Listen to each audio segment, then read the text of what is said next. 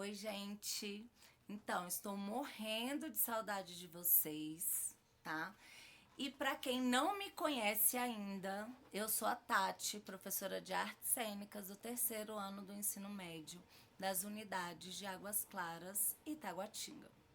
E aí nós vamos começar o nosso estudo pelo movimento futurista. E esse movimento ele teve origem na Itália por volta de 1909. E a gente vai ter algumas palavras-chave que são extremamente importantes para o movimento. Essas palavras-chave, elas vão nortear o que o movimento vai trazer para a gente. Então, eu separei para vocês luz, velocidade e movimento. Nós temos dois grandes nomes aqui que eu separei.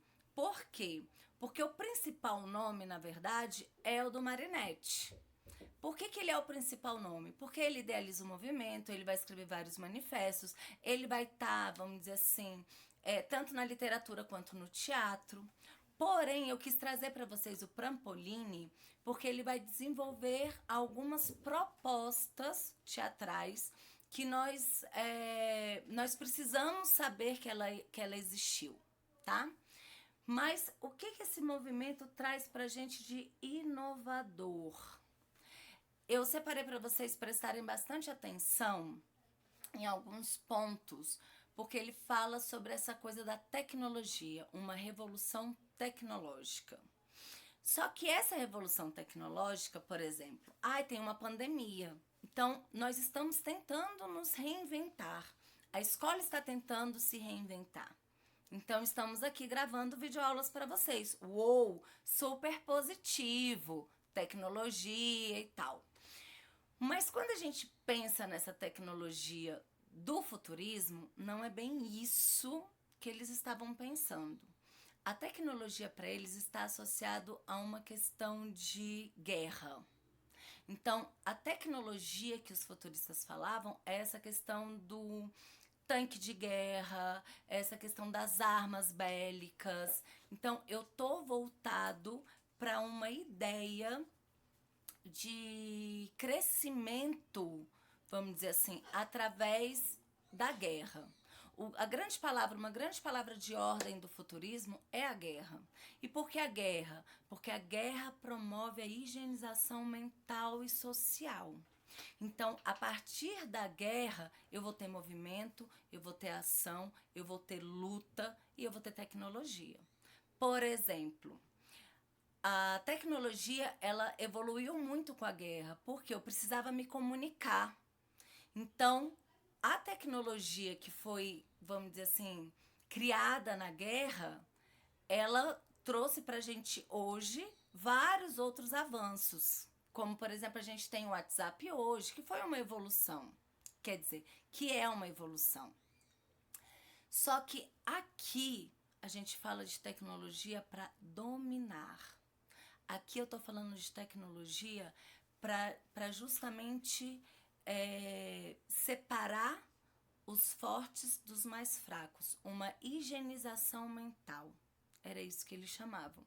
Então, a Primeira Guerra Mundial, ela acontece, a Itália sai derrotada, e aí vem a Segunda Guerra Mundial. O futurismo está bombando na Segunda Guerra Mundial.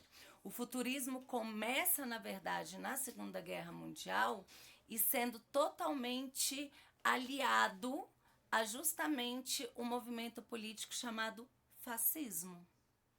Então, nós vamos ter, na verdade, uma Itália que quer sair poderosa, que quer sair vencedora, que saiu totalmente derrotada da Primeira Guerra Mundial, e ele vê essa possibilidade. Então, tudo que nós vimos dos movimentos anteriores, que eram contrários à guerra, que tinham uma ideia de humanização, que estava preocupado com essa questão do ser humano, do intuitivo, do interno humano, o futurismo não está nem um pouco preocupado.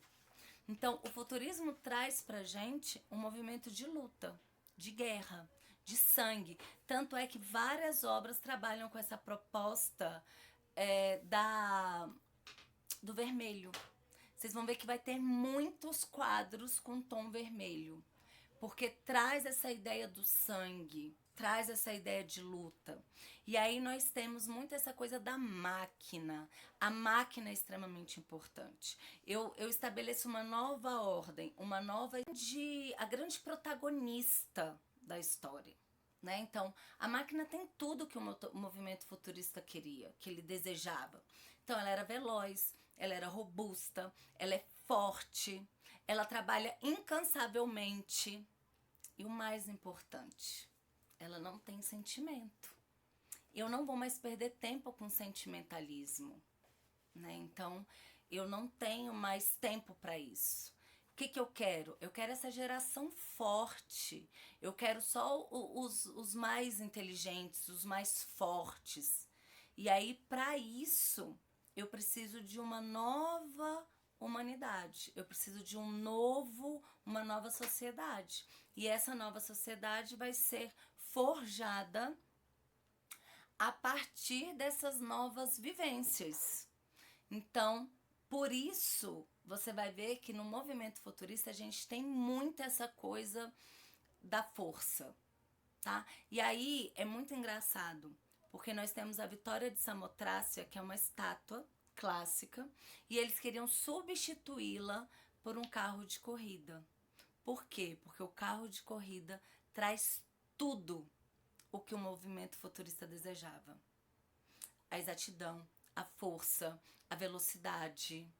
Então, eu tenho esses novos conceitos que precisam ser trabalhados nesse ser humano para, a partir de agora, ter uma nova geração.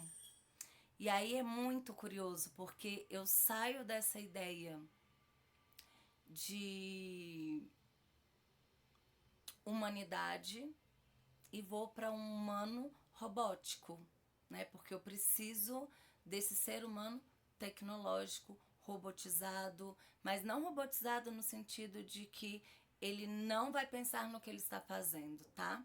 Mas robotizado nesse sentido que eu falei para vocês, de força, de determinação, de sem sentimentalismo, é nesse caminho.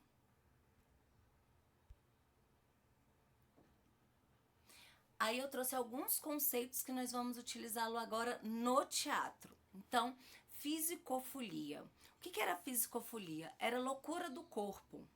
Então, ele falava o seguinte, que a partir de agora, o meu ator, ele precisa se expressar ao máximo, tá? Como uma máquina.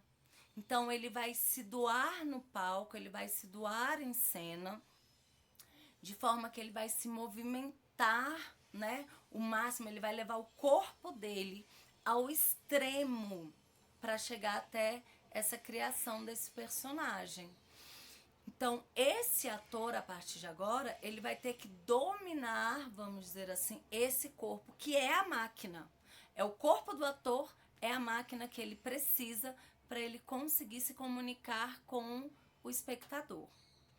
Só que esse teatro, ele não cabe mais, o teatro clássico, ou esse teatro que a gente tinha até então, ele não cabe mais como verdade.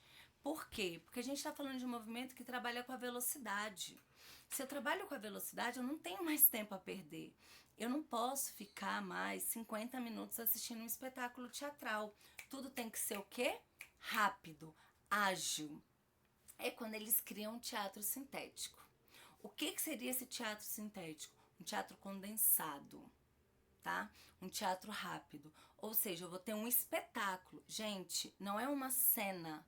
Eu tô falando um espetáculo teatral de 2 minutos, de 3 minutos, de 5 minutos, onde eu não preciso ter e não utilizo de forma nenhuma a linguagem stanislavskiana ou aristotélica.